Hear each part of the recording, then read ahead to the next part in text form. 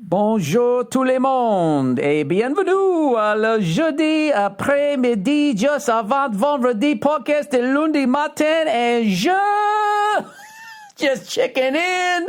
So, what's up, motherfuckers? Bonjour. Je m'appelle Guillaume et je suis dans le Paris and I'm a little buzzed.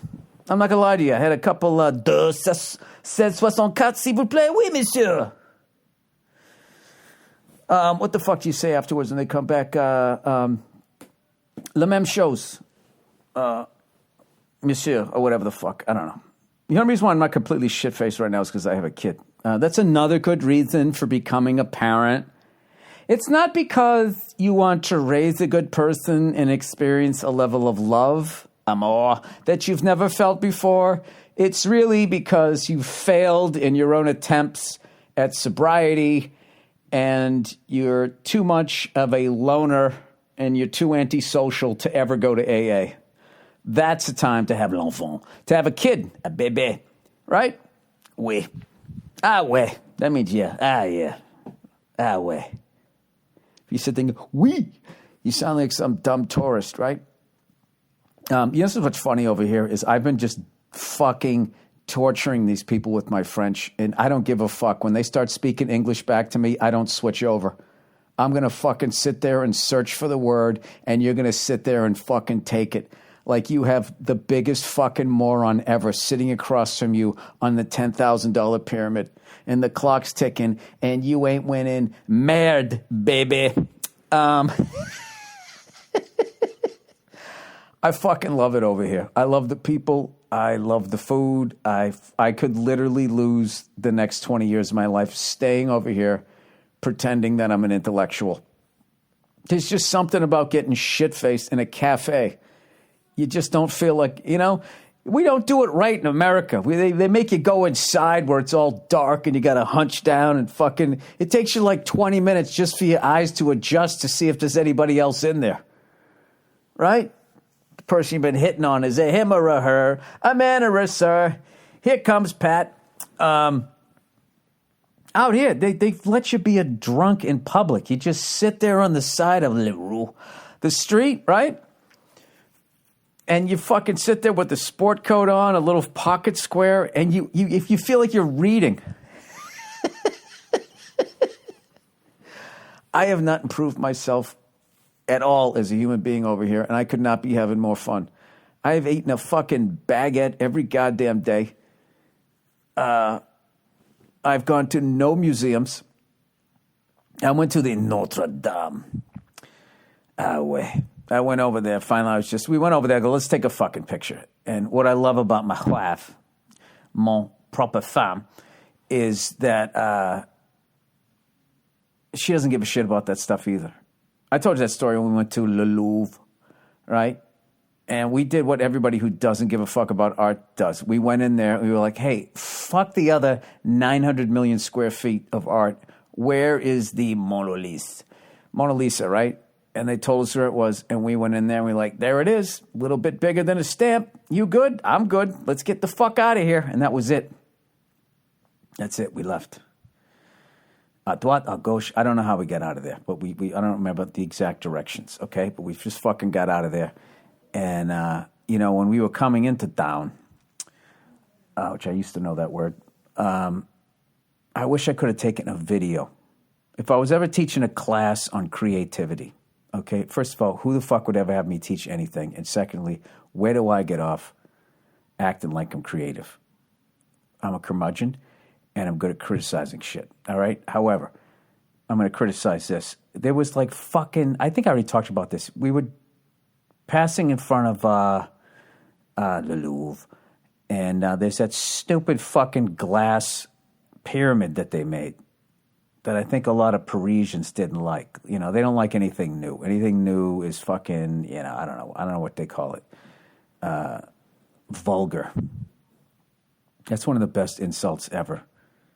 You know, to describe something you just did. Unless someone just said a bunch of F-bombs, then it's whatever. But if you like were to make fun of somebody's shirt, the design of it, and described it as vulgar, I don't know. It's about as deep as it gets for someone who doesn't curse, I think. Right? Someone who has a sport coat on stage, right? Standing up there. Like Johnny Carson's still hosting the Tonight Show. And they're working on their 5-minute set. I don't fucking know. Anyways, we were driving through. You cut through. And at droite is a bunch of fucking tourists all standing up, having somebody else take their picture as they pretend to be like holding the top of the pyramid. I swear to God, we drove by and there was like 9 people all doing it at the same time. You know? And if I was ever le professor, I would take a video of that and you go, you see this shit right here? If you want to be creative, don't do that. There's a difference between being inspired by seeing somebody doing something and then just going up and doing exactly what the fuck they're doing. You know, it's still going to be a great picture, but what's going to happen is that's going to be the fucking hacky thing that you do, right? Until somebody switches it up. And this is what kills me. There's going to be one person that switches up what you do with yourself in the foreground of that stupid fucking glass pyramid in front of the Louvre, right? And if it gets enough hits and LOLs and, oh my God, this is the greatest Instagram photo ever, then everybody will do that. You know, I don't know. Someone will plank on it. If people remember that fucking moment of creativity, laying face down on something. I'm not laying face down and not doing anything. I'm planking. Oh, Jesus, Bill, a couple of beers and you become even more cuntier, huh? Why don't you order a side order of tampons there? Anyways, I resent the fact that I have to still do these fucking things. All right, I'm on vacation. Do you go to work when you're on vacation? I don't think you do. My relatives came out to that show when I was in England, and they bought me a bottle. I don't know why, but of salted caramel. Oh my God, cocoa vodka liqueur, and it's just been sitting here staring at me. And I got to be honest with you, I'm just wondering. I got to know what that hangover feels like. It's like, you ever watch one of those, as far as hangovers go? You ever watch, sounds like it's almost nap time. You ever watch one of those things on like what the Army Ranger training or Navy SEAL training? Yeah, this is like like you think you had a fucking hangover. Like you think you're out there, right? You think you're working out, doing your little CrossFit shit and running up down the street while I sit there in a fucking cafe getting hammered, wearing my little sport coat, you know, like you're fucking showing me up like I'm impressed with you and you think you're a badass? Then you watch that shit. You watch what fucking Army Rangers and all those special force people, right? I mean, just next level fucking people. The people that Matt Damon plays in a movie. You know what I mean? Not the people that get applause as they trudge through the airport in their fatigues to go sit into a cubicle to order grenades that they're never going to throw. These are the fucking people that A-list movie stars play, right? Well, this bottle here, this is like, I don't know if this is this hangover, right? You know, when they lift up that fucking log, those Army Rangers, and there's like fucking 20 of them, and then when somebody fucking falls over and pukes, and they got to pick up their own puke and take it outside the zone, and then they're out, and now there's 19 of you, and then you got to hold up his weight, whatever that fucking metaphor is. Oh my God, you know how fast I would be out of that pit? I would like, dude, I need my back for the rest of my life, okay? And I don't need the pressure of everybody else is defending on me, and I'm the weak link in the chain. I understand this. I'm barely surviving standing out here in the fucking sun. Forget about going over there and picking up a fucking telephone pole with fucking 9 other people who have the genetics of a fucking pit bull. Okay, I don't. I'm a lap dog, okay? I'm the kind of dog that could go on a plane before they had that bullshit where you could say, oh, this thing is like helping me emotionally. I don't know. I don't even know what I'm talking about. Did that fill up enough time? Fuck, 9 minutes?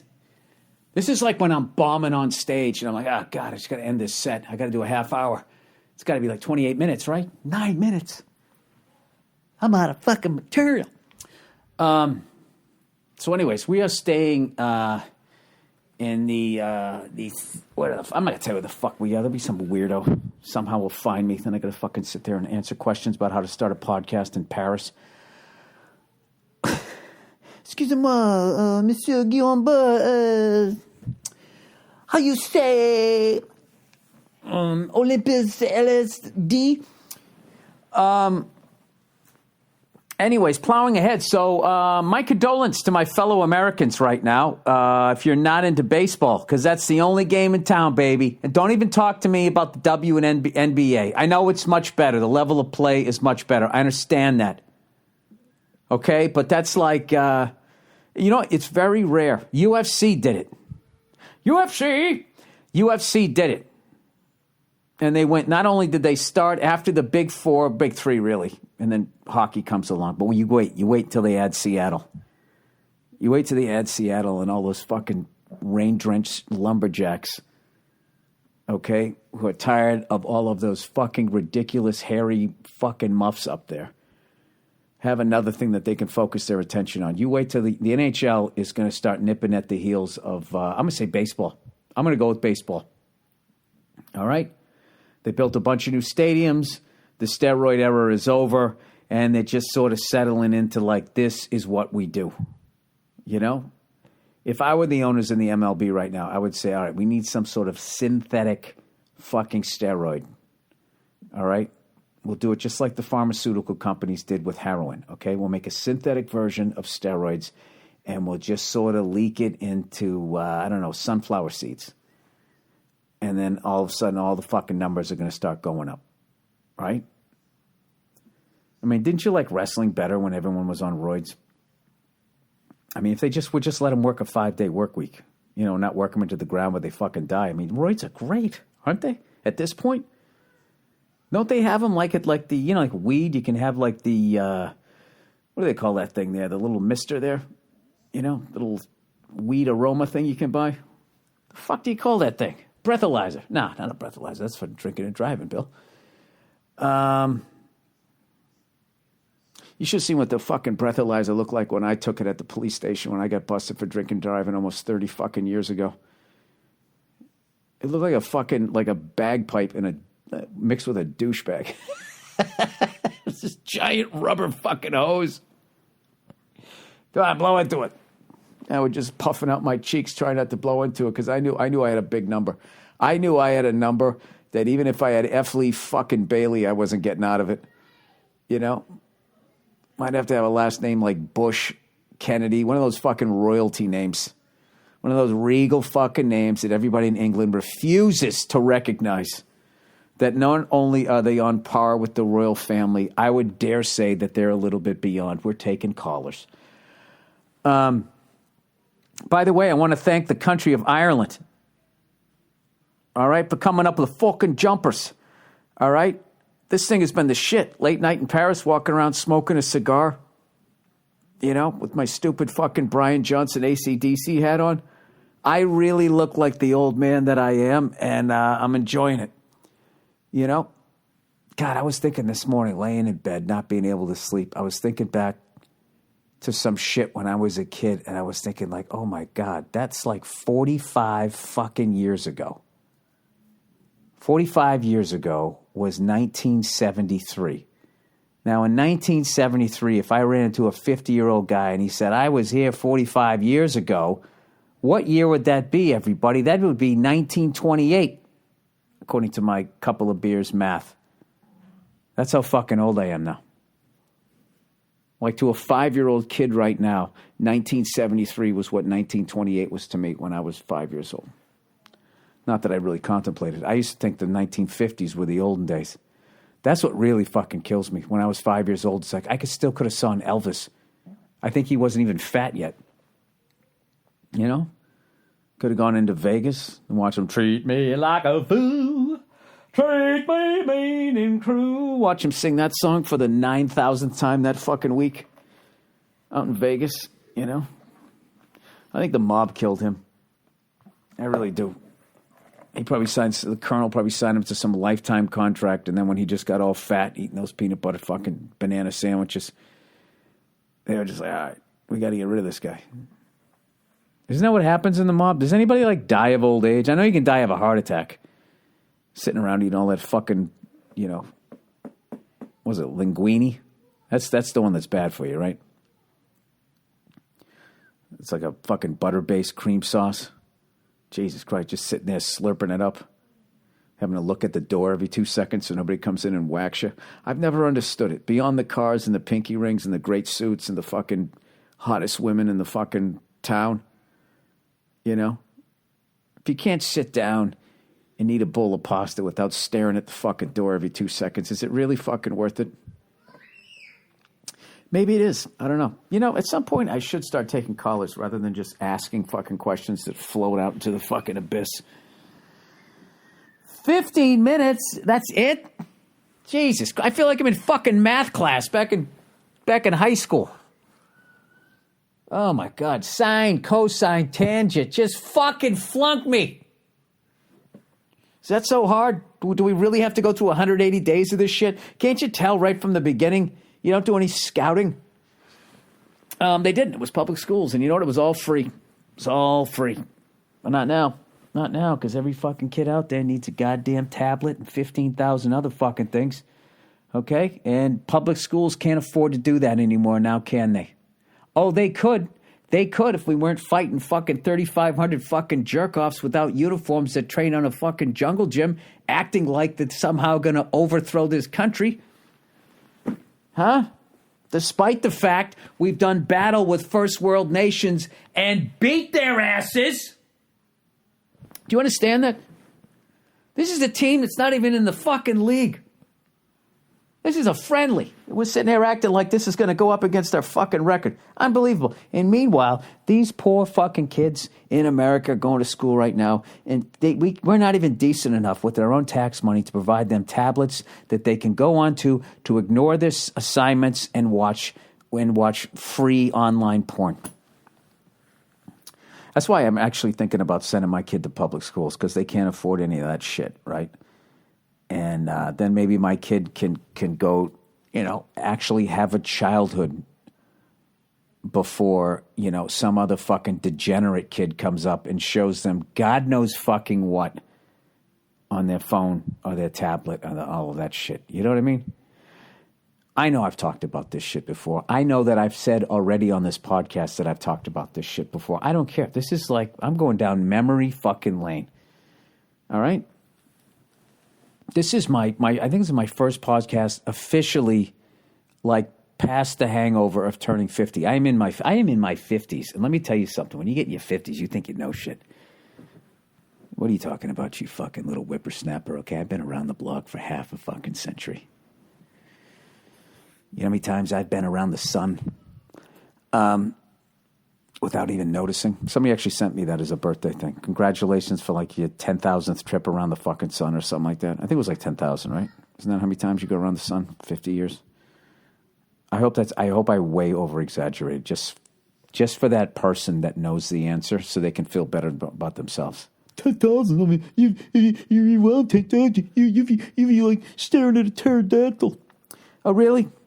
Why don't you go fucking spew that out in a bar and see if you get any fucking pussy out of it? Oh, Bill, is that what it's all about? All right. I'm not even going to look that up. How long does it take for the Earth? Oh, wait, once a year. It goes around the sun once a year, doesn't it? I think I remember that. I think I got that right on a science test. All right, here we go. How long does it take for the Earth to go around the sun?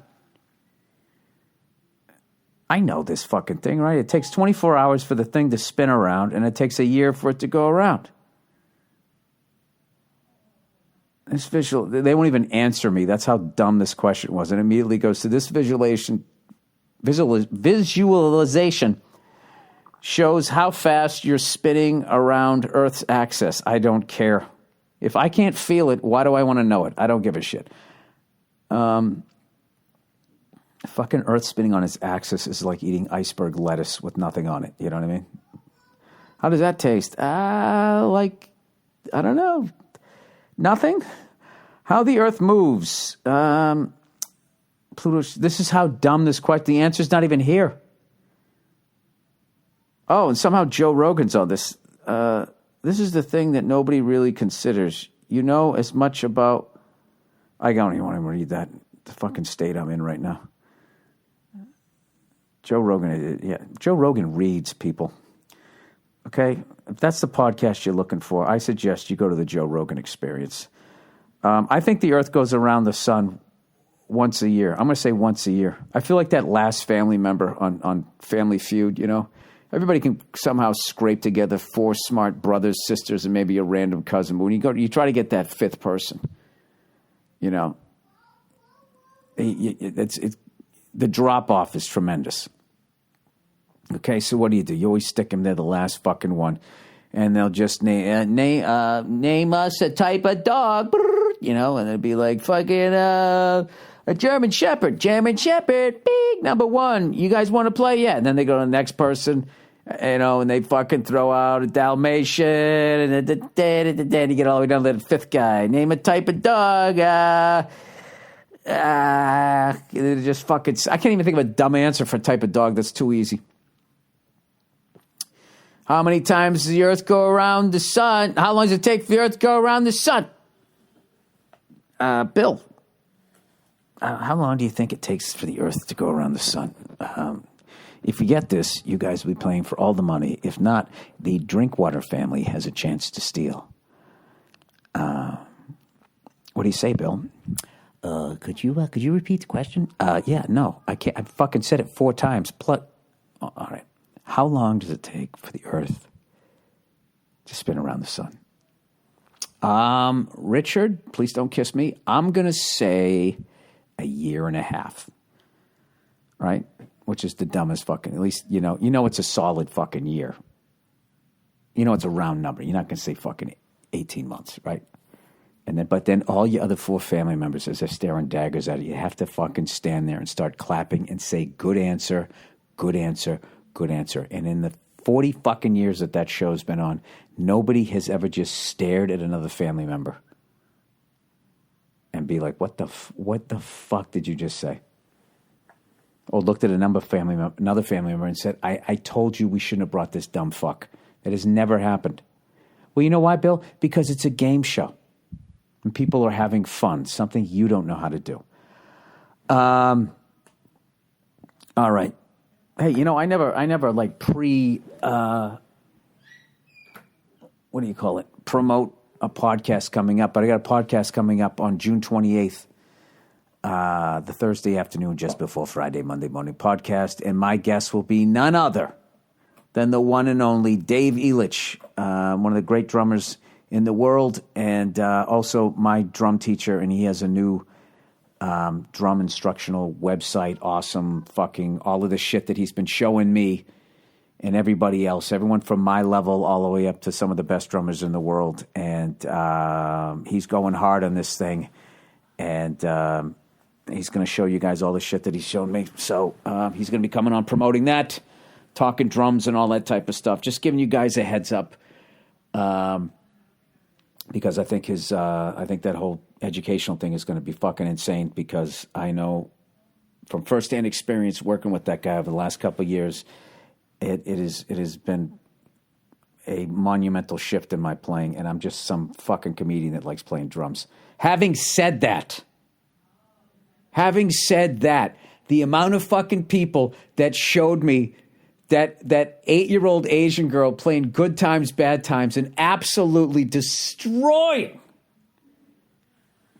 That's one of my favorite videos of all time, despite the fact I've been trying to play that song for 30 years. Just the way she attacks the kit, the whole thing, total rock star. Comes out of the fill, hits the crash. She's coming out of the chair. Not only did she crush it, not only did she hit the drums like a fucking monster, she was unbelievably entertaining. And it was kids like that. They didn't have kids like that when I was a kid. That's like some fucking YouTube shit and the whole world showing you how to do stuff. I don't know what. Or maybe that's just a prodigy, but it was because of kids, gifted kids like that, why I shifted away from drums and ended up being a comedian. Because I would go into the, not every time, but it felt like almost every time, I would go into the local music store before fucking Guitar Center was just the one everybody went to. I used to go to a place, Norfolk County Music on Route 1 in Dedham, I believe is where I bought my drum kit way back in the day. Back then when the Child World was down there, you know what I mean? I forget what else was down there. Before Toys R Us fucking took over everything, there was Child World. You went by Leechmere's in fucking Dedham, all of that area right over there. And that great Chinese restaurant, the movie theater, all of that shit that I remember as a kid that's now fucking long gone, I assume. I would go in there and there would always just be some kid would pick up something. A guitar, a fucking xylophone, a goddamn triangle, and would not be just sitting down going, dun, dun, dun, dun, dun, dun, saying something somebody else said. They'd come in there and they would just start fucking playing. And you could tell that it was coming from them. Or if they played something, they would then add, that you'd heard on the radio, they would then add something, their own little thing to it. And they just had ideas and they were creative and all that. And musically, I was those people outside the fucking the Louvre and standing there, putting my finger on top of the goddamn, whatever the fuck you call it, the pyramid. Well, that was depressing. Jesus, Bill, way to bum yourself out. Maybe I'll have some of that vodka du chocolat. I apologize for my growling stomach, by the way. That's what happens when you're on a liquid diet. And then I'm just going to come back to the States here in about a week or so. And I'll be right back on the wagon. See, that's what I can do. I can drink like an alcoholic and then just step off the fucking wagon, the bus, whatever you call it, the party wagon, and just start walking down the street like nothing happened, like a fucking hitman. Right? Like Barry. Like Bill Hader and Barry. Just fucking walk away like nothing happened. Anyways, let me read some of the advertising here for this week. All right. I have this opening note. The mushroom coffee dude asked that you don't say it tastes like mushrooms. Other than that, say anything. Thanks. Well, that's fucking easy. All right. Who would think mushroom coffee doesn't taste like mushrooms? I like mushrooms. All right. I actually had a fucking crepe today. Je voudrais une crêpe. Un crêpe, whatever the fuck it is. Avec jambon et fromage. Ouais. I'm sorry. I apologize to anybody remotely French. All right, quip. Sorry. The truth is, most of us are brushing our teeth wrong. Is this how you do it? Fucking stabbing yourself in the eye. Not for long enough, and forget to change our brush on time. That's because most brands focus on selling flashy gimmicks rather than better brushing. But not Quip. Not these fucking guys. So what makes Quip so different, you may not have asked? Well, for starters, Quip is an electric toothbrush that's a fraction of the cost of bulkier brushes, while still packing just the right amount of vibrations to help clean your teeth. Your teeth, ladies. Your teeth.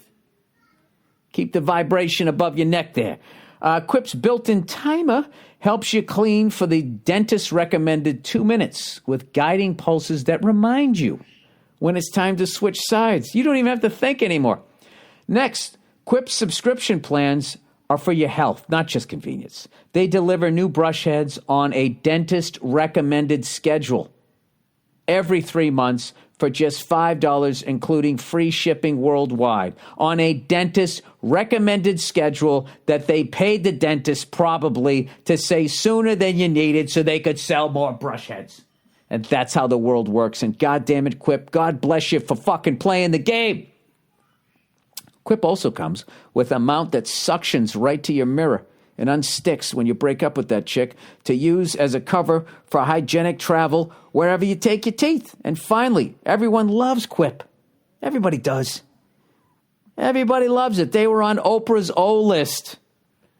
Oprah's O list. Oh, I need to paint my mansion. Yeah, I'll fucking say you got a good toothbrush. Named one of Time's best invention, sorry, not intervention, and is the first subscription electric toothbrush accepted by the American Dental Association. I got to tell you guys, you know why I love an electric toothbrush? Okay, and this is some serious shit, is I used to use the handheld ones. I was like, fuck electric toothbrushes, those things are bullshit. And I ended up brushing my gum away along my fucking tooth line. Ended up having, a borderline gingivitis type of situation. Not that. What do they call it when you receding gum?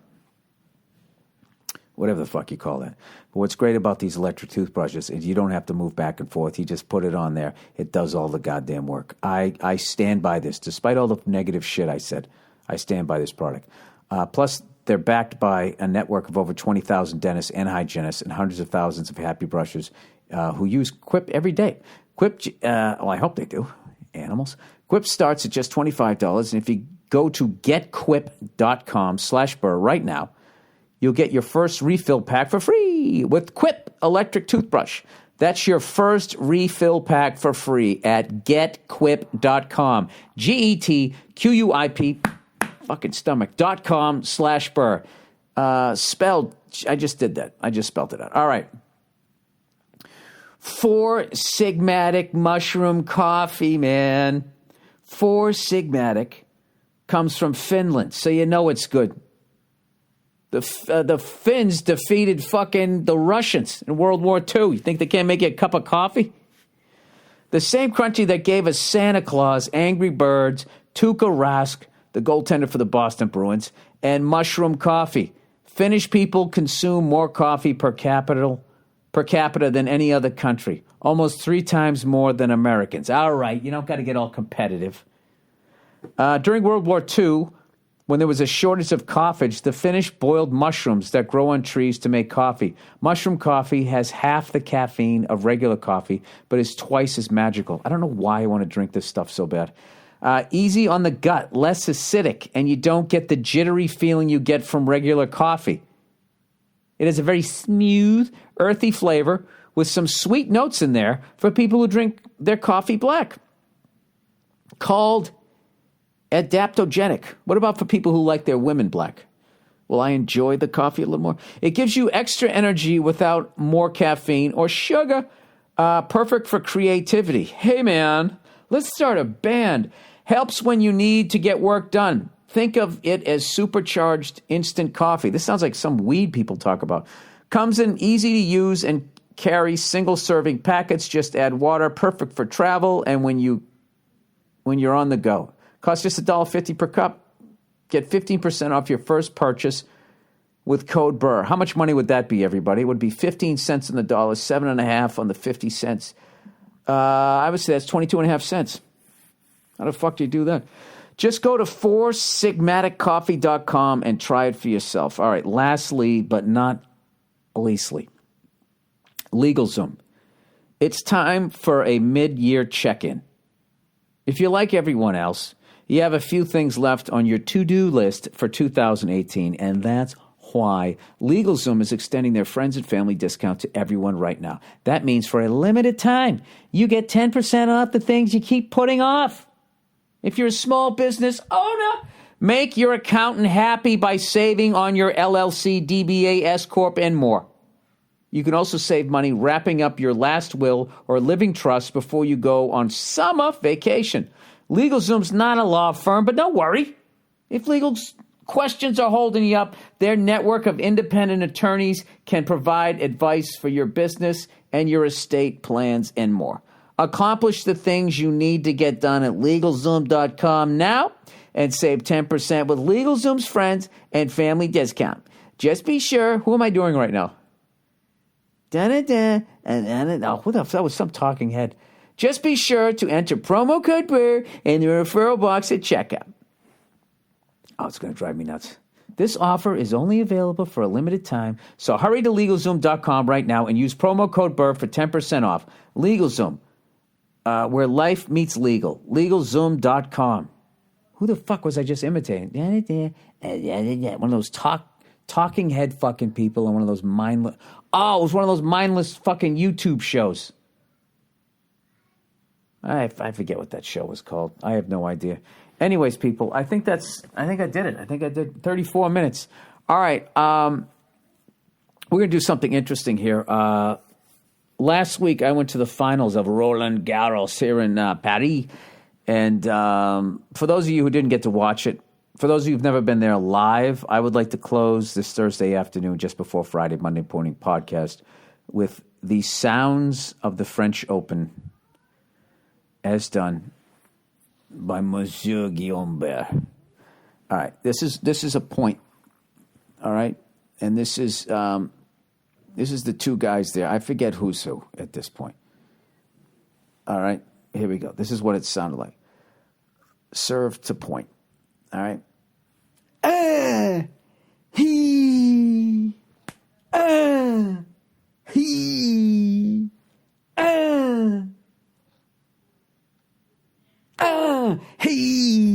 Yay!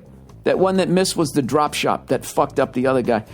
All right, I'll see you. That's the Thursday afternoon. Go fuck yourself. Have a great weekend, you cunts. Enjoy the music, and we got another half hour of this type of bullshit from one that I did, I don't know, a while ago. See you.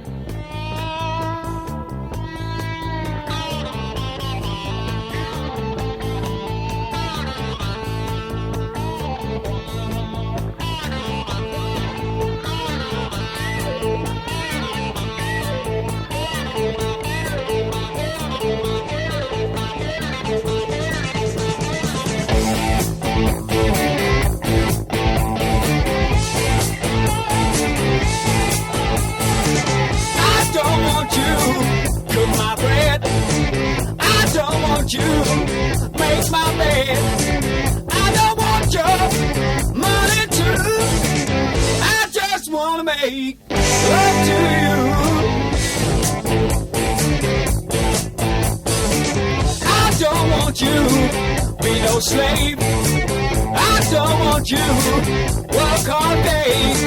I don't want you to be singing the blues. I just want to make love to you.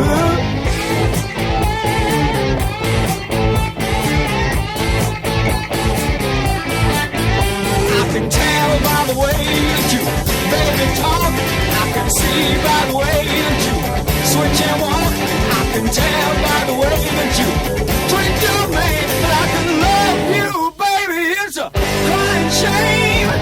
I don't want you wash my clothes. I don't want you keep a home. Hey, what's going on? It's Bill Burr. It's the Monday Morning Podcast for Monday, June 14th, 2010. How the hell are you? Are you good? Did you have a good weekend? Did you? Did you go down to that place with the thing? I heard it was nice. Was it nice? It is nice. Oh, that's nice. My son, he had a recital this weekend, and we were so nervous. He was all flustered and more suburban talk about shit that nobody cares about. Of course, Frank was in the back with the garden hose. It froze up over the winter. So we have to buy a new one of those. So, you know, Frank, of course, he goes on the internet and he just starts researching all about those hoses. I don't know. Can you imagine just sitting there at the end of a cul-de-sac like that is your fucking reality? Rather than having a wine cellar, I would just have a secret room of fucking porn with Kleenex for me to either rub one out or just sit there crying at what became of my life. Honey, can you go out and fix his bicycle? No. Why doesn't he go climb a fucking tree? Jesus Christ. What did they do in the 1800s? You wonder why the environment's so fucked up? That's it right there, everybody. You just don't want to go out and be a part of your kids' lives. I don't. That's why I told you I enjoyed condoms. I didn't enjoy condoms. I just didn't want to bust one in you without one on. And now I did. And now look at it. Look at my face, sweetheart. Can't you see the misery? Fuck him. Well, he half looks like you. You go fix his fucking bike. I'm not yelling. I'm not. All right, so this is the podcast for this week. I got to admit, this is like the 15th time I've tried to start it. I don't know what's going on. I'm in my bedroom. It's fucking hot out because the sun shines on this part of my apartment during this time of the day, which is why usually I do this in the morning because it's nice and cool. And then the podcast is cool as opposed to now where it's stressed and a little sweaty. You know? Speaking of sweat, you guys been watching the NBA Finals? Have you been watching that shit? This series, I can't call it. Lakers won the first game, and I was like, Jesus Christ, they look unbelievable. Then the Celtics come back, and I still wasn't believing in them. And I was like, you know what? Whoever wins Game 3, they're going to win the series. That's the pivotal fucking game. And then the Lakers win, and I'm like, fuck, we're done. We're done. And the Celtics win the next game, 2-2. Yeah, but what the fuck? You know? Lakers will win the next one because that's how it's going. And then, bam, the Celtics win again. So they're up 3-2. Now, logic would say, well, all they got to do is win 1 out of 2. They're evenly matched. They're going to fucking do it. But there's nothing logical about this series. It's been a war. And I hope you guys have been watching because it has been a classic. And people stepping up. Not too many bonehead mistakes, although Laker fans might say a thing or two about Ron Artest. I could pick at some of my fucking players, but, it's been a classic goddamn series. And usually I trash the other team, but I got nothing but respects for the Lakers. I got nothing but they're a fucking great team. And I don't know what's going to happen. I don't know if we're going to close it out the next game. Will we win 7 games? Will the Lakers win the next 2? I don't fucking know. But I don't understand why they can't play a game on Saturday night. What is the NBA afraid of? We have TiVos. I don't know. I already fucking examined this shit. I was just glad we swatted Pau Gasol a couple of times last night. Gave him a nice cold bucket of water to remind him of what a fucking bitch we think he is. Nah, he's been playing great the whole goddamn series. And Kobe is that guy's, he is unfucking guardable. That guy's unguardable. That third quarter he had, Game 5 last night, was unbelievable. You see that fucking three-pointer? Was he like 15 feet behind the line? And what killed me is he threw it like, it looked like a Shaq foul shot, except it went in. It was like a frozen rope. There was like barely any arc on the ball, and there was still nothing but net. It's like he fucking defies the laws of physics. And there's a lot of people out there, as my voice cracks a little bit, because I've been screaming for 7 successful shows at Caroline's this weekend. I fucking raped the crowd this weekend. I was in a zone, baby. I was having a great fucking time out that way. But let's stick with the Lakers. People keep fucking comparing, saying, he's the next Jordan. He isn't. This is how you know somebody isn't the next Jordan, is they're compared to Michael Jordan. They say he's the next Jordan. All right? So all that means is that you're playing at is he playing at the same level as Michael? Yes, he is. Well, dude, if you say he's playing at the same fucking level as Michael Jordan, then how can you say he's not Michael Jordan? I'll tell you why. This is the fucking difference. Michael Jordan changed the fucking game. And I keep telling you sports cunts this, and you don't fucking listen to me. It's like you don't hear me. You don't understand. All right? It's like, it's like fucking Christopher Columbus. Before that guy came along, everybody thought the world was flat. Then if you sailed too far, you'd go right off the edge of it. But Columbus realized that it was round and there was people to be massacred on the other side of the fucking globe. He realized that. And he became the first fucking guy to go over where they didn't think, well, maybe some people say the Vikings, but whatever. Let's just go with him getting the fucking credit, all right? Just so I can make my example work here. Now, after he fucking does it, if another guy comes along and he does it too, he sailed at the level of Columbus, but he didn't do some groundbreaking shit, which is what Jordan did. Jordan changed the fucking game. Kobe is just playing the game at the same level as a Michael Jordan. He's playing the game, but he's not doing shit that I haven't seen Michael already do. You know? So there you go. That's what I'm saying. The same way Dr. J changed basketball. Before Dr. J came in the fucking league, everybody in the league looked like, basically, half the league looked like they had my ability to play. You know? And then all of a sudden he comes along and the game gets elevated above the fucking rim. And he's doing shit in the ABA that nobody even thought about doing. All right? And then everybody sees him do it, and it's like, oh, that's fucking possible. And then they practice his fucking moves. And now they're doing it, and it becomes a part of the fucking game. That's the difference, right? And before fucking Jordan came along, everyone's like, you got to have a center. You can't win without a big man. And Jordan was the first guy to come along and said, you know what? Fuck your big man and fuck your power forward and fuck the fact that I don't even have a goddamn center. And he did have a center, but the guy sucked. Luke Longley or Cartwright. He's like, fuck it. You know what? I don't need any of them. I'm going to jump over all of them and fucking throw it down. That's what I'm doing. Took it to the next level. Nobody dunked the way he fucking dunked until he did it. All that shit. You know what I'm saying. So stop with this shit. All right? But I will tell you this. Without a doubt, I think he's the most unbelievable fucking player that I've seen since Jordan. But there's still a major gap. Do you know what I mean? You guys understand what I'm trying to say here? It's like Miles Davis changed fucking music. Okay? Your buddy Billy down the street, he plays the trumpet. There's a difference. He's good at playing it. I'm not saying he's not good at playing it. I'm not saying he can't play the songs that Miles Davis made, but he's not fucking Miles Davis. Who the fuck goes from sports to Miles Davis? Is it any wonder this podcast is free? Do you know my web guy told me the other day I have over 250,000 downloads of my podcast? Not in a week. I don't know exactly how much time or how many people. Maybe that's 14 listeners downloading it 58 fucking times each. Does that come out to 250,000? I don't know what it does, but I was impressed. And I was just thinking, you know what? What if I actually sold it for $1 a whack? That'd be 250 grand, right? Government comes in, wham.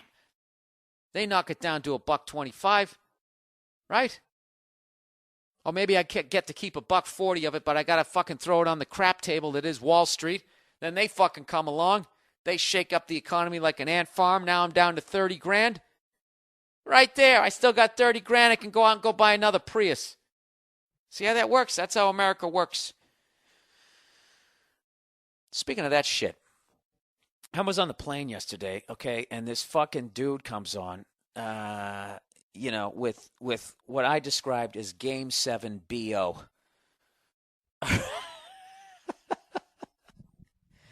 One of these dudes where he walks down, he doesn't smell, and then the second he goes to put his luggage into the overhead compartment, it's just like, you have got to be fucking kidding me. How did this guy make it through security? You know?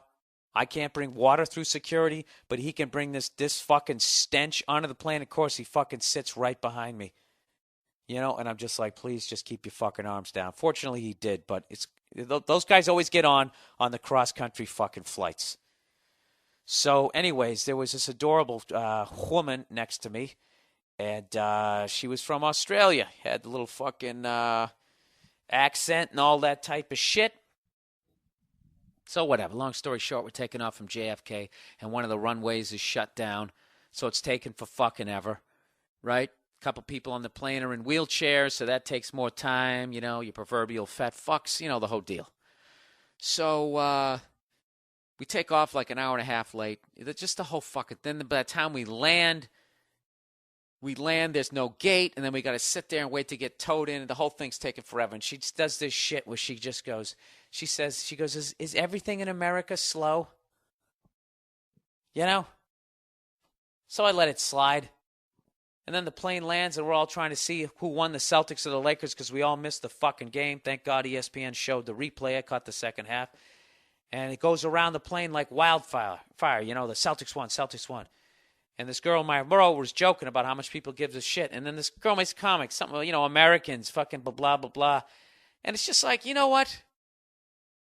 I let it slide with the first fucking one. But it's just really, you know, like, they always talk about the ignorant American. What kind of a fucking asshole comes here from another country and shits on the country to somebody who's from this country? When I was over in England, I didn't walk around saying to English people how fucking awful their torsos were. I didn't do that. They said, how you enjoyed England? I'm like, it's fucking great. I can't believe I'm over here. Royal Albert Hall, it's beautiful. I can't wait to come over here again. Phenomenal fucking city. I didn't say your food sucks. You guys all have Will Ferrell mushy torsos. I didn't say any of that shit. I didn't talk about your teeth being fucked up. I didn't talk about the weird inbred look because you've all been fucking each other in the same goddamn strip of land for fucking thousands of years. I didn't do that shit. I was on my best behavior. And here I am sitting next to this fucking clam. Is everything in America slow? As opposed to what? That beacon of speed that fucking Australia is? Fucking people. You know, I went to Australia. I was there for like 3 days. I had a good time down there. But, you know, I could have picked that place apart. All the unemployed people just sitting in bars drinking. Fucking idiot. You know, same fucking cunts. Same goddamn, just cunts. That's all it is. Everybody taking pot shots in America now. That's what it is, because we've been on top and we've been exploiting their labor. And I guess maybe we deserve a little bit of that shit. But you know what? Look in the fucking mirror, Australia. Or woman from Australia. The fuck? I went there. I wasn't like, wow, like I was going into the future. Can I have a ham? And then the fucking sandwich is right in my hand before I even finish it. I didn't find them to be overly fast over there either. You wait. You fucking wait. You think it's not coming your way? Our corporations are just ahead of the curve of where your corporations are. Our corporations have basically exploited every last legal way that they can make more fucking money over here. So now they're just stealing. They're just stealing. And they're cutting fucking staff members. I actually had to wait like a half hour, 40 minutes to get my bag last night. I think it was that Sunday thing once again. It's Sunday. It's Sunday, so we just have like a skeleton crew. I don't know. All I'm saying, you know, it's just bugging me. It's like, do you think I know that shit isn't a little fucked up over here? Do I need you to come over here? I would never be in Australia and go like, yeah, Australians. To another fucking Australian. You know, that's the type of shit. I just felt like fucking stuffing her in a goddamn boogie board bag.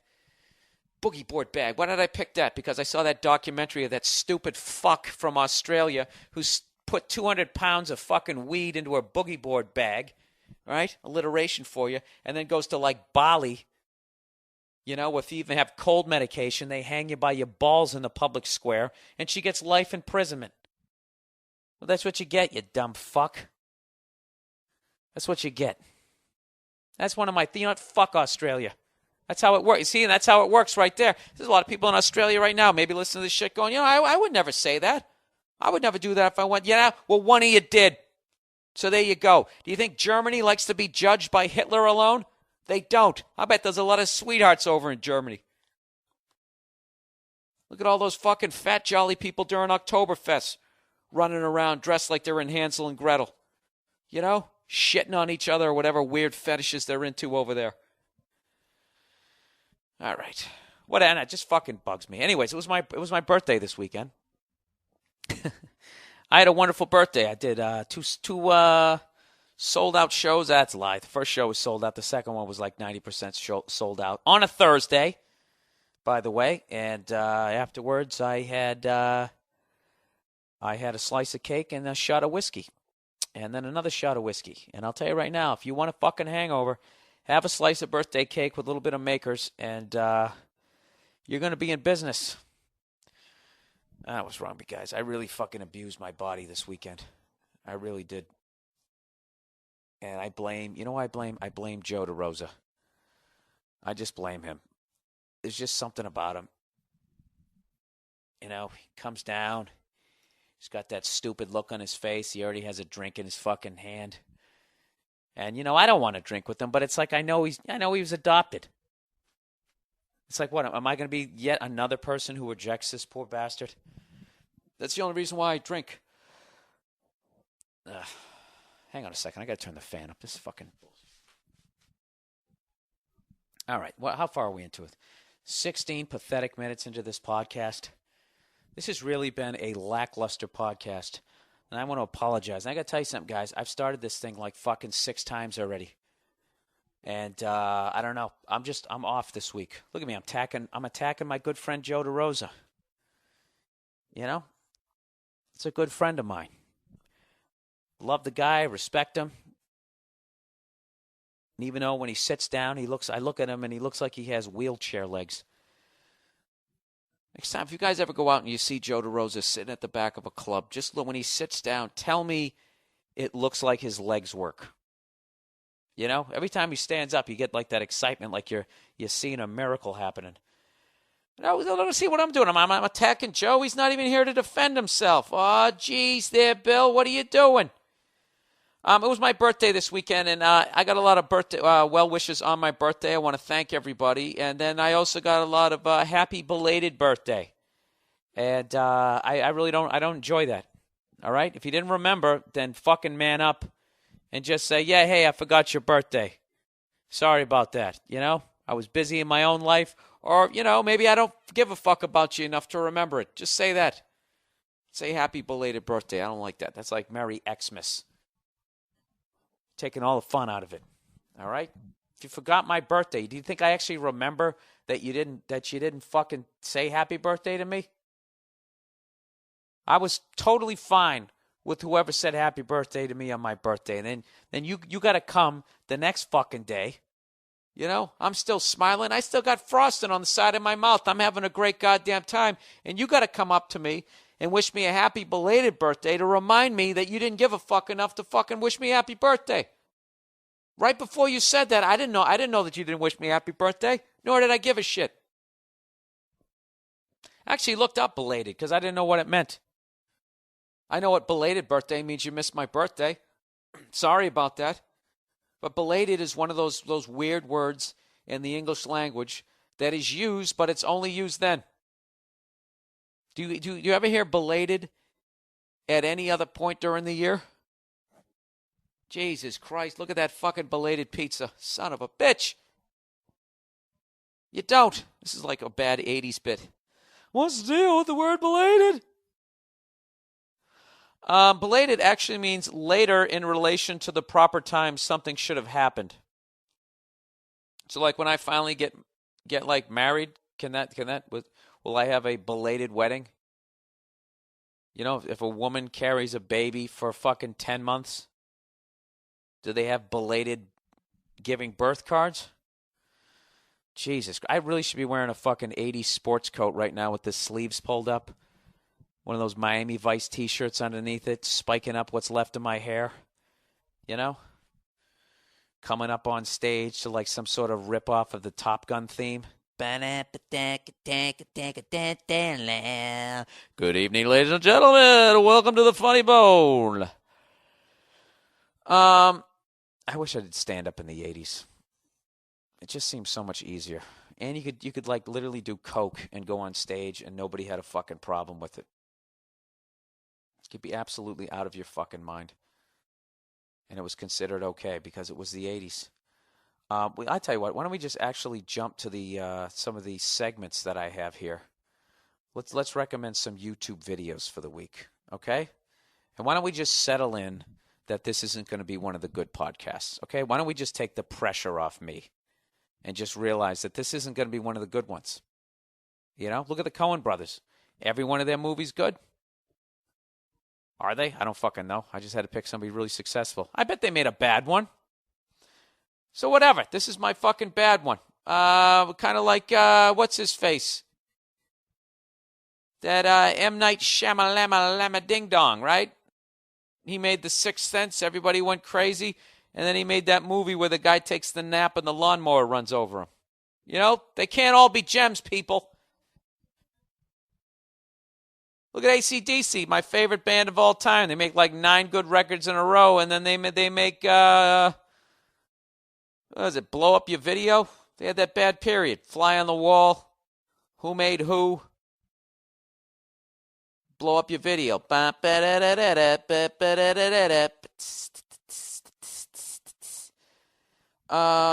you know what it is? They got outside their wheelhouse. They were actually trying to make a statement where it's like, no, you guys are AC/DC. You talk about balls, the devil, and fucking.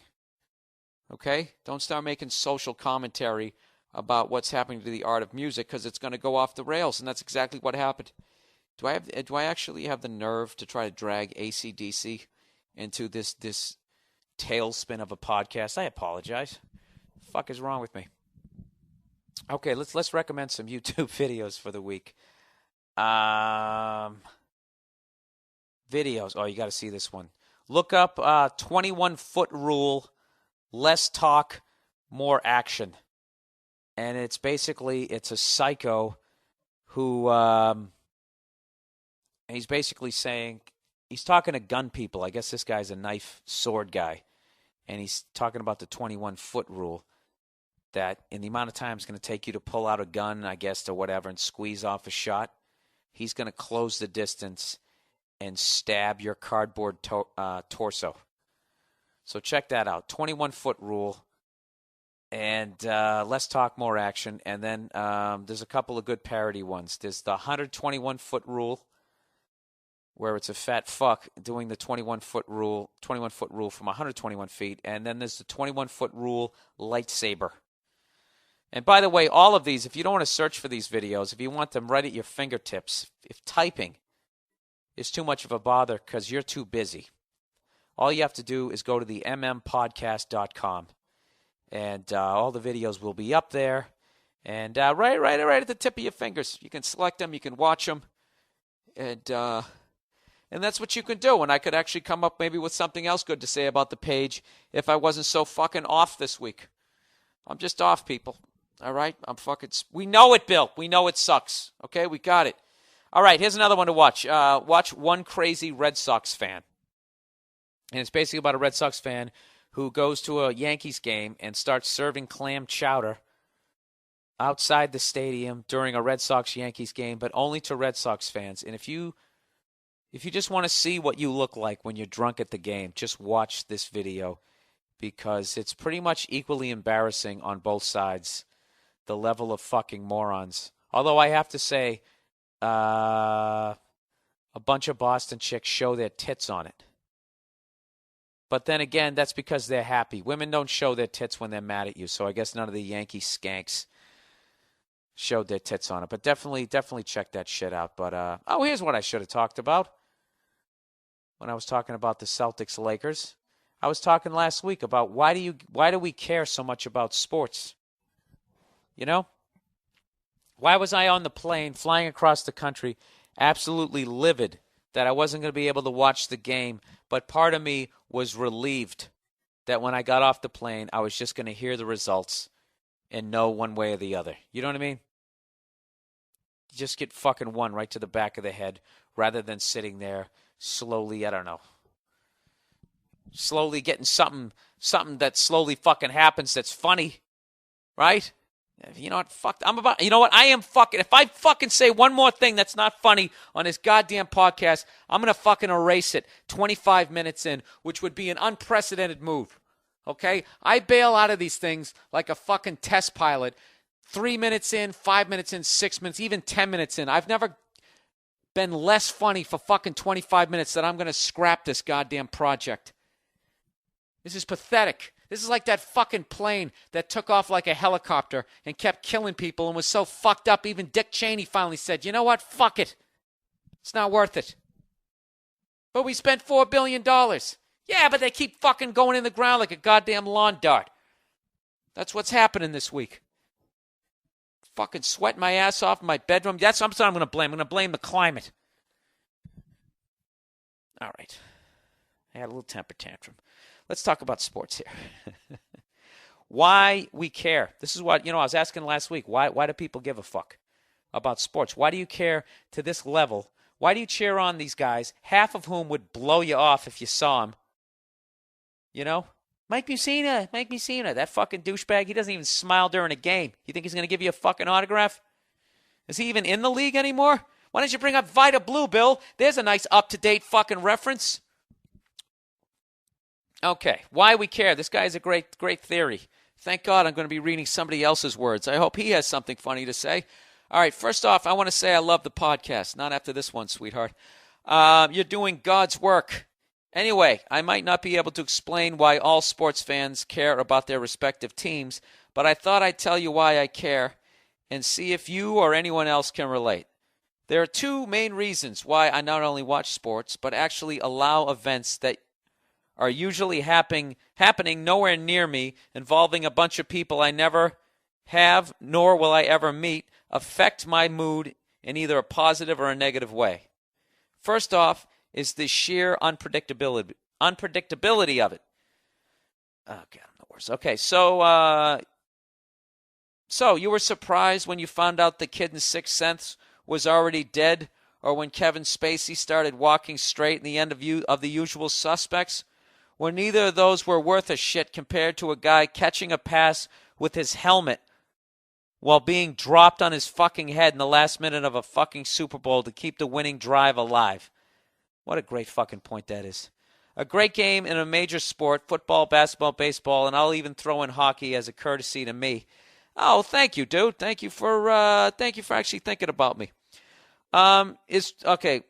Watching a great game in either one of those major sports is for me better than the best movie or TV show. It's the ultimate fucking drama, and as far as I'm concerned, second, Jesus Christ, I can't fucking read. The font is too short.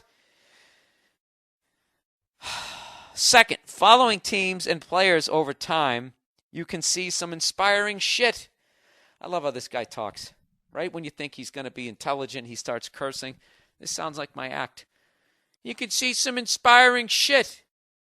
This guy, he's really a motivational fucking dickhead. As a Yankee fan, I watched Derek Jeter go from some skinny kid I'd never heard of to arguably the greatest shortstop of the modern era. I watched Andy Pettitte go from an okay rookie to a fucking Jesus freak who did steroids. Sorry, that was me. Go from an okay rookie to a guy who has an outside shot at the Hall of Fame. Why? Because he admitted that he fucking did. I like how he just came out and admitted that he cheated, and that makes it okay. Is that all the bankers had to do? Yeah, sorry, we actually took all the money, and now old people are eating dog food, so they have a chance at being in the Hall of Fame of bankers? Is that what you're suggesting, sir? I really should stop heckling this because I actually agree with what he's saying here. So now I have to go back, tiny typing. On a smaller scale, I've seen a guy like Phil Hughes go from a rookie who looked overrated a couple years ago to a guy who's tearing up the league right now. I'm sure for all the faggy Laker fans, seeing Pau Gasol finally step up and show some testicles instead of allowing the Celts to punk him again is inspiring on some level. Watching players and teams overcome their struggles make me think that if these guys have it in themselves to go from just believing they can achieve great things to actually doing it, I can too. Maybe it sounds corny or like it came out of a Disney movie, but that's why I give a fuck about sports. You know, and I mean, how can you argue that shit? I mean, how many times do you watch a movie and within the first 10 minutes you can figure out where it's going? You know, there's the dude, he's a fucking loser. There's the fucking cool guy. He's the shit. He's treating the guy like shit. He's got the hot girlfriend. The loser guy is actually into it. Do I even need to finish it? Gee, how's that one going to end? Let me guess. The fucking good-looking girl finally realizes that her dickhead boyfriend, who treats her like shit from the beginning of the movie, is actually a dickhead boyfriend, dumps him, and then she actually gets with this guy. The fucking loser. How many times did they make that goddamn movie? You know, how many fucking movies all of a sudden, vampires? They just keep making movies about vampires, don't they? Or TV shows where all of a sudden vampires are sexy now? Is that what's going on? See that? That was a bad example. I thought I got the podcast back on fucking track. That was a terrible example. I went from being able to predict how a movie's going to go to talking about trends in movies. That they're making a bunch of fucking vampire movies. What I should be saying is that they're predictable. Actually, they are predictable. All right? Some cool new kid with a gray face is going to move to school and everyone's going to say the guy looks like he's fucking dead, but there's something about him that everybody kind of likes.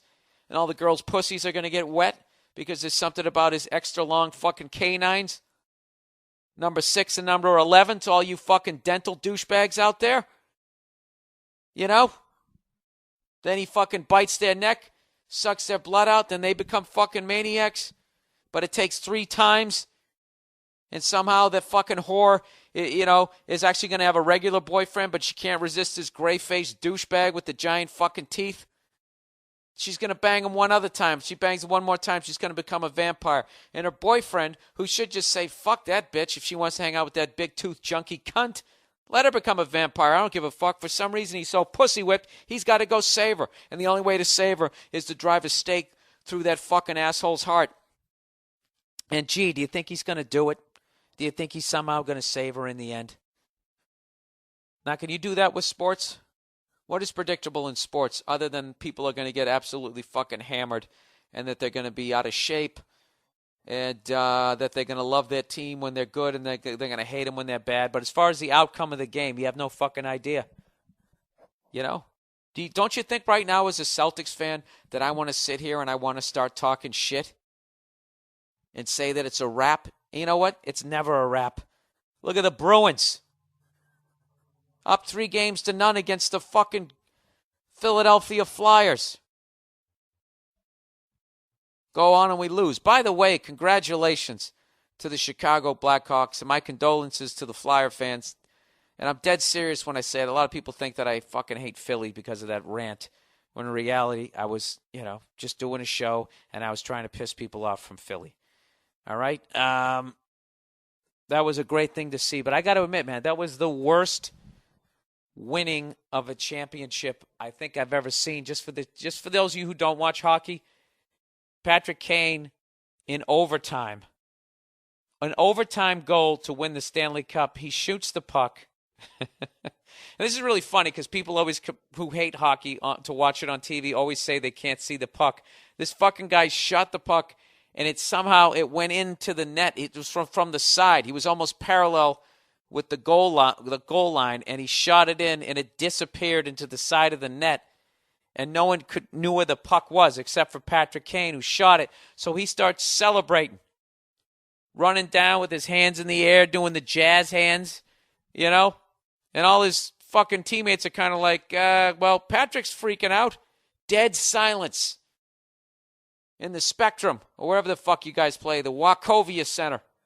Dead fucking silence. And then the refs had to go and do a review of it. And 5 minutes later, they were like, oh, yeah, you won the Stanley Cup. And then they had to regroup and get happy again. It was such a fucking buzzkill. But congratulations to the Blackhawks. And, hey, Maple Leaf fans, let me ask you something. Were you rooting for the Flyers? I bet you were. Because now you guys are the saddest fucking sacks in the league. Isn't that right? Oh, wait, is it 1967? Is that the last time you guys won it? I believe it is. But if you won it the last time in 1967, then you would actually be tied with the Expansion 6. Anybody in the Expansion 6 who didn't win it. And that would be the California Seals, who I think went on to become the Cleveland Barons, but they folded. So they tapped out. St. Louis Blues have never won it. Out of the Expansion 6, neither have the LA Kings. Minnesota North Stars won as the Dallas Stars in 1999. Penguins won it last year. They won it 2 times, 91 and 92. Look at this. Why do I have this meaningless fucking information in my head? Flyers won it 74, 75. Is that 6 right there? 1, 2, 3, 4, 5, 6. There you go. Let me look this up. Toronto. Why don't I stop and just look this up? God knows I'm not being fucking funny this week. Toronto Maple Leafs. That's actually a city I want to do a fucking stand-up gig in. But they never seem to fucking pony up any goddamn money. All right. The 1966 Stanley Cup Final was a best-of-7 series between the Montreal Canadiens and Toronto Maple Leafs. Montreal Maple Leafs would win the Stanley Cup, and they'd never fucking win another one. So there you go. So now it's a 3-way fucking tie for the longest futility in hockey. Toronto Maple Leafs, the Los Angeles Kings, and whoever the fuck else I said because I can't remember. And the St. Louis Blues. And I'm praying all you guys don't win because the next person on that fucking list is then, I believe, going to be the Bruins in 1970. Unless Vancouver came in like 70. Is that what happened? Calgary Flames, Capitals, they all came in the early 70s. Right? Isn't this interesting? I don't think it is. Jesus Christ. Let's go back. Let's go to some questions. Maybe this will help me. Questions for the week. You know what? I'm literally looking at the clock this week the way I do when I have a bad set, and I'm looking down at my watch. Like, how many more minutes do I have to do? How many more goddamn minutes? All right, question. Bill, if you had enough money to quit stand-up and had the balls to give up your dream of becoming Ernest Borgnine, where would you live and what would you do with your time? All right. I have enough money and I can quit stand-up and I don't want to become an actor. All right. Where would I live and what would I do with my time? I think I'd live back east, and I would live on a big piece of land where I could grow my own food. I'd get a pistol. I'd get all the sports fucking channels. I think I would live in, I don't know. I'd want to live right outside of New York City. One of those places. Tarrytown or in Jersey above the George Washington Bridge, all those fucking ritzy places. But out in the sticks a little bit. I'd live there. I'd enjoy the 4 seasons. I'd get a dog, a couple of horses. I'd never ride them either. That's one of my goals in life. I want to get a couple of horses, and I want them never to be ridden in their lives. You know? After I found out what you have to do to make a fucking horse want to be ridden, you got to break them. The same way they break those people who work at hardware stores and / terrorists down in Guantanamo Bay. You know, you got to do that to a fucking horse. And even then, the horse, you never quite, because I noticed the 1 or 2 times I've ridden a horse, they still kind of are rebellious. They do shit. Like a friend of mine actually used to work with horses and said when you go to put the saddle on them, you got to tug the belt underneath, you got to tug it real tight, because what they'll do is they'll take a big inhale. All right, and then when you and then you tie it on, and then when you go to get on top of it, they exhale, and the saddle slides down, and you fall off the fucking horse. I mean, right? If I ever had a horse and it ever did that shit, right there, I would look into its big, brown, beautiful horse eyes, and I would be like, "You don't want to be ridden, do you? You know, well that's it. It's fucking over. It's fucking over. I'm not riding you anymore. All right? Go ahead, go run around in this fenced-in area." And don't fucking complain. I'm fenced in too. There's areas I can't go to. I can't just cross borders. You ever think how fucked up that is with like countries and that type of shit? How just where you're born, you're just all of a sudden on that team? You know? Like why we're not allowed to just wander. You know, why can't I just walk to Brazil? Like the old days.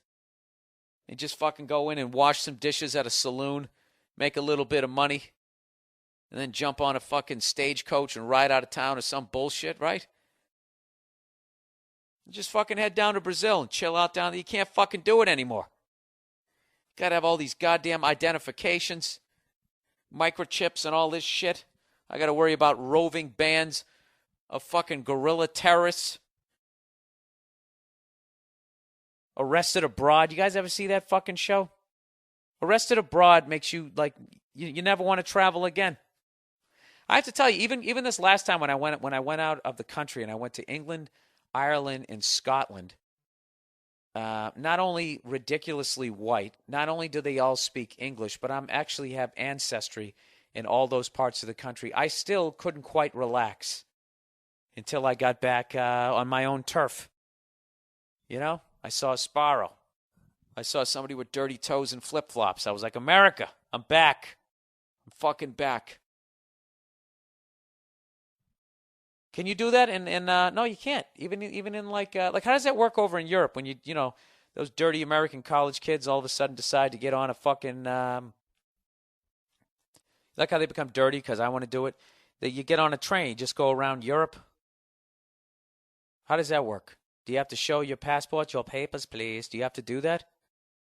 Or are you guys so advanced in the New World Order that you're all in the same fucking currency and you just have one DMV making you a fucking driver's license with a barcode in the back? Have you seen that? You guys seen that new creepy commercial?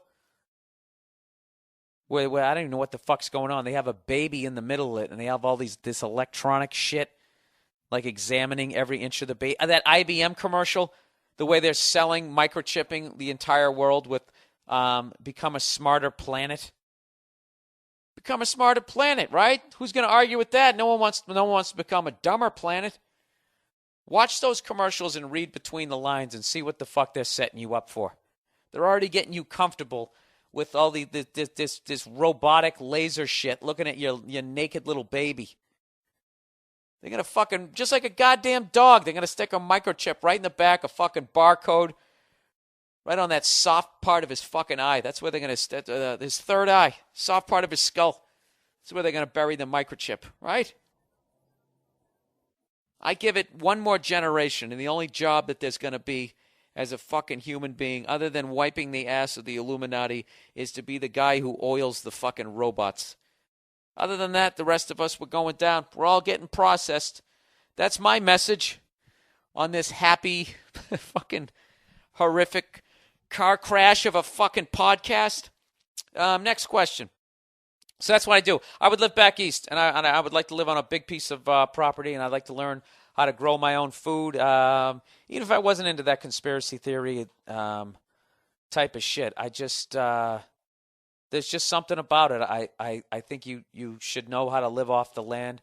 I think you should know how to survive in the wild. I just think that stuff, I think you should know how to defend yourself. All of this stuff I don't know how to do. You know I know how to defend myself. As you put me in a headlock, I put you in a headlock. And then we both sit there tugging on each other going, quit it, you quit first. Like, that's all I know how to do. Sit on your chest and fucking punch you. I know how to do that. If you're my little brother, I know how to beat you up. I don't know how to survive in the wild. I was actually on the internet the other day, and I was trying to learn how to hotwire a car and pick a lock. Just in case this shit happens. And I'm that guy running around with cargo pants and a backpack. Like that fucking show they have. You seen that show? After the Apocalypse? The guy goes through the garbage and he somehow finds, stuff to eat and how to start a fire. I don't know how to do any of that shit. I want to learn how to do that shit so I don't take the coward way out and just kill myself. A lot of people have that as a plan. That's their backup plan. Oh, if shit goes down, I'll just kill myself. Next problem. All right, next question. Here we go. Dear Bill, I'm 19 and I do stand-up in New York City. Well, at least I did until I ran out of money paying for all the open mics and transportation. I'm trying. Sorry, I'm yawning here. I'm trying to get a job to pay for what I love doing. Sounds like a plan, right? Absolutely sounds like a plan. But of course, this shit will eventually hit the fan. In about a month and a half, my mom is going to move back to New England, and I'm definitely not going back because, one, that shit sucks. And two, New York is the best place to do stand-up. Every day, my mom and my older brother give me shit for every little thing. Every day, my, what? Sorry, I just jumped a line. I'm trying to get a job, but I look like a hippie, so that shit ain't easy. No, every day, my mom and older brother give me shit for every little thing I do. I'm trying to get a job, but I look like a hippie, so that shit ain't easy. Now for the part that leaves me looking like a pussy. I feel like no matter what I do, I'm wasting time. I should do stand-up every night, and my carefree attitudes does nothing but piss off these stressed-out bastards in my house. If you were in this situation, what would you do? Well, you didn't give me enough of your situation to fully tell you. I don't know how old you are. Oh, 19. You're 19. What would I do? I would get a fucking job. That's what I would do. I would get a job that would allow me to stay in the tri-state area, and I would continue to do stand-up down there. That's what I would do if you don't want to move to Boston. But, if you wanted to move to Boston, that's where I started. I can't really comment on the scene. The scene was great when I was up there, and I had a day job, and I did spots at night, came to work sleepy or whatever, and I got myself to the point I just saved up a ton of money. I can give you this advice. Whatever you do, don't get a fucking credit card and get yourself into some ridiculous debt, because that's the modern day slavery, is the loaning of money at interest. And you need to avoid that at all fucking costs. So what I would do, get a reliable car. All this shit requires money, but I would not go out and buy a brand new fucking car, get a job, and get all this fucking debt to quote-unquote build up your credit, I wouldn't do any of that shit. All right? I would keep myself, I wouldn't be in a relationship. You know, I would keep it, I'd keep it real light. Travel light is what I would say. Travel light. Dude, you're 19 years old. You ought to be able to sleep on the sidewalk. All right? Your body is still brand new. It's brand fucking new. You don't have any aches or pains. If you want to stay there, you just stay there. Find a fucking job. Whatever you got to do, just get a goddamn job out there, and then I would continue on, and then just think positive. Think positive. And no matter how bad it fucking gets, just think this is just a funny chapter in a book that I'll write someday, or a funny story to tell if I'm sitting on the couch on Conan one day. Just look at it that way. Don't listen to the negative fucks around you, and just keep going. That's what I would do. If you want to stay in the New York area and do stand-up, then that's exactly what the fuck I would do. Do that. That is my advice to you. Good luck to you, sir, and I hope it all works out for you. And if by the time you make it, I've already made it and then have a fucking brutal drug habit, help me out. Toss me an opening gig. I'll open for you. All right, this is one of the last things. This is going to be a short podcast this week. I apologize. I just don't fucking have it this week. I really don't. I got a million things on my fucking mind. I got a bunch of bills I have to pay. I got all this shit. I'm running around. Hey, you know what's fucked up? I thought I was going to be doing Letterman again next week. I got bumped again. So at least that stress is taken off. It's kind of cool, though, because the set has been ready since May. So rather than the panic that I usually have, usually when they ask me to do Letterman, they call me up. They go, what do you got? You got 5 minutes ready? And as always, I lie, and I go, yeah, I got 5 minutes clean material. And then I frantically try to put it together. And, I stress for like fucking 14 days before I finally start to get it. I feel like I have it. And then it always ends up going well, but there's an unbelievable amount of stress. But the thing is I already went through that bullshit in April, getting ready for the beginning of May. And then, then it went away, and then it started to build up again, and all of a sudden, June, I'm ready to go, and then today, boom, you're out. You're fucking out. So I'm ready to go. I don't know what the point of that fucking story was. You know what? Am I allowed to take a week off, people? Am I? How about this? We just got the final copy of my new special is ready. We just locked the master, or whatever they say technically. It's ready to go. I got extras, and one of the extras actually is the Monday Morning Podcast, which would have been a great thing to bring up if this was actually a decent podcast. But one of the extras is I filmed one of my podcasts. Another extras is some people heckling me in a club, a couple episodes of that. And whatever. The rest of it, you'll find out when you buy the thing. And considering this thing is free, I'm letting you guys know right now, when I get an actual release date for this, for the podcast, I'm going to be coming at you guys hard and heavy with the guilt. Okay? And if you think you're only going to be required to buy one DVD, I got news for you. I'm going more than that. All right? I'm not going to say how many I think you should buy. But it's more than one, and it's less than 3. But I'm not going to say what that number is. All right, let's read the last thing here. Overrated for this week. Overrated, Sprint customer service. I swear to God, these people are just there to piss you off, Bill. It's like no matter what you say, they have some textbook comeback to make you seem like an asshole. How funny is that? What do they explain the phone and you don't get it, so now you're blaming them? Actually, you know what you're saying.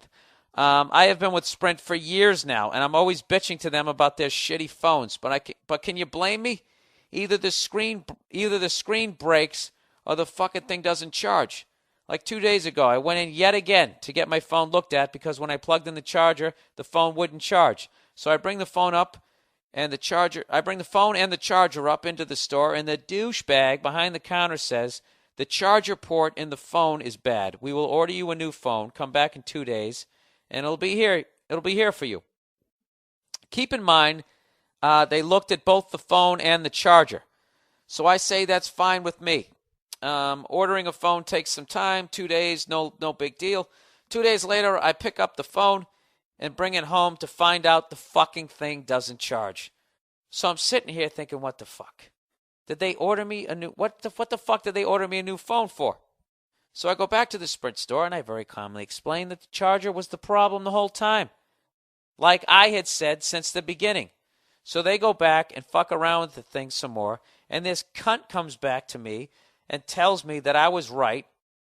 And here's where I get pissed. She tells me that I need to buy the new charger myself because apparently full insurance doesn't cover accessories. I swear to God, I would never hit a woman, but this bitch got me so angry. I explained that they were the ones who diagnosed the fucking problem, not me. They're the ones who ordered a new phone when I didn't even need one. Plus, I had to wait 2 days to find all that shit out, and they still charged me $40 for the fucking thing. No discount or anything. Sorry, just had to vent. Yeah, that's one of those deals where you have to stop talking to the person at the counter. The first thing you have to do is you got to keep your temper in check. I did a whole segment on this about a year ago about the magic of the word unacceptable, and whatever wisdom I learned was fleeting because I've gone right back to flipping out and screaming at people. And I can tell you from personal experience that does not get you to the desired results. So what you should have done was say that I need to talk to somebody above you. I understand you don't make these rules. You just keep complimenting the person, and you just keep saying it's unacceptable. And eventually that you're going to get to the highest person in the store, and what they're going to do is tell you that you then have to jump through a couple of fucking hoops. Email people, something involving the internet, and they're all just hoping you're going to tap out. But if you never fucking tap out, you're going to get what you have coming to you. That's just what they do. That's just how it works now. And, I don't know what to tell you. I don't even know what to say. God knows it won't be anything funny. This fucking piece of shit of a fucking podcast. If this fucking podcast was a car. Here's some questions for you this week. If this podcast was a car, what would it be? If it was a comedian, who would it be? If it was a president, who would it be? Go to the MM Podcast, people. The MMPodcast.com. Go to that page. We'll have the questions up there, and you can fucking send in your answers, and I'll read them next week. If you want to trash me, go right ahead. I fucking deserve it. You know what? This is the first time a podcast has really seemed like work. Usually I'm in here, I'm having a good time. Maybe I'm fucking jet lagged. What if I just ran out of funny? You know, they always say that you got to worry about that shit as a comedian. You just dry up. Maybe I'm drying up. I turned 42 years old, and that's it. That was the magic number. First 18 years of his career, man, I tell you, the guy fucking just steadily improved. He just kept getting better and better and better. And then he hit 42, and I don't know what happened. He started regressing. First thing he did, he started doing the podcast in the afternoon when it was hot. He started sweating, cooking his fucking brain. You know, just fucking all went downhill from there. See, right there, I thought I was going to go on some sort of a riff, and it just fucking ended. I got nothing. Why would I think after 55 minutes of mental torture that all of a sudden I was just going to pull this fucking gem out of my ass? Is that what I thought was going to happen? It didn't. I got fucking news for you. It didn't. My brain would just start thinking of the oil spill. Like I was going to riff on that. I got nothing to say about it because I haven't fucking watched a second of it because there's nothing I can do about it. All right? Put a picture up when you clog the fucking hole. By the way, are they ever going to be able to clean that up? Are we so in trouble that... do you realize that they actually listened to Kevin Costner? Kevin Costner actually got a meeting with the government. That's how dumb I am. I don't even know what branch of the government. He went to Washington and he met with the government. You know, whatever the fuck he did. He went to one of those buildings that's painted white and has pillars out in the front. And he went in there and there was fucking 5 old people sitting there in suits. And he did the usual, I didn't come here as an actor. I came here as a blah, blah, blah. He's got some side company that I guess vacuums oil off the top of the water. How did he even get that meeting? What did that? Well, he was in Waterworld. I mean, there's water right there. Shit. What the fuck? I mean, he did fucking play John F. Kennedy. Actually, no, sir, he didn't. He played the guy investigating it. Well, he was in contact with the president. There you go. Right there. He fought in the Civil War. He fucking played baseball. He built a goddamn stadium. What more does this guy have to fucking do to get a goddamn meeting with us? He finger-bagged Meg Ryan in the back of that limo. What else did he do? I can't remember any of his I know I'm fucking all these up. He was fucking with the guy from the Breakfast Club when they went skydiving, Fandango. Hey, do you remember that one kid who had that part in the movie in Fandango who just slept in the back of the car the entire fucking movie? I had my part in Date Night was one level above that. That actor in Fandango called me. And the guy from Weekend at Bernie's called me to see, how did you get 8 lines? Dude, you're blowing up. You're fucking blowing up. So anyways, fucking Kevin Costner, who, like Jack Nicholson, is going to take forever to go bald. You know, I don't know what those guys dump on their fucking heads, but they really stave it off.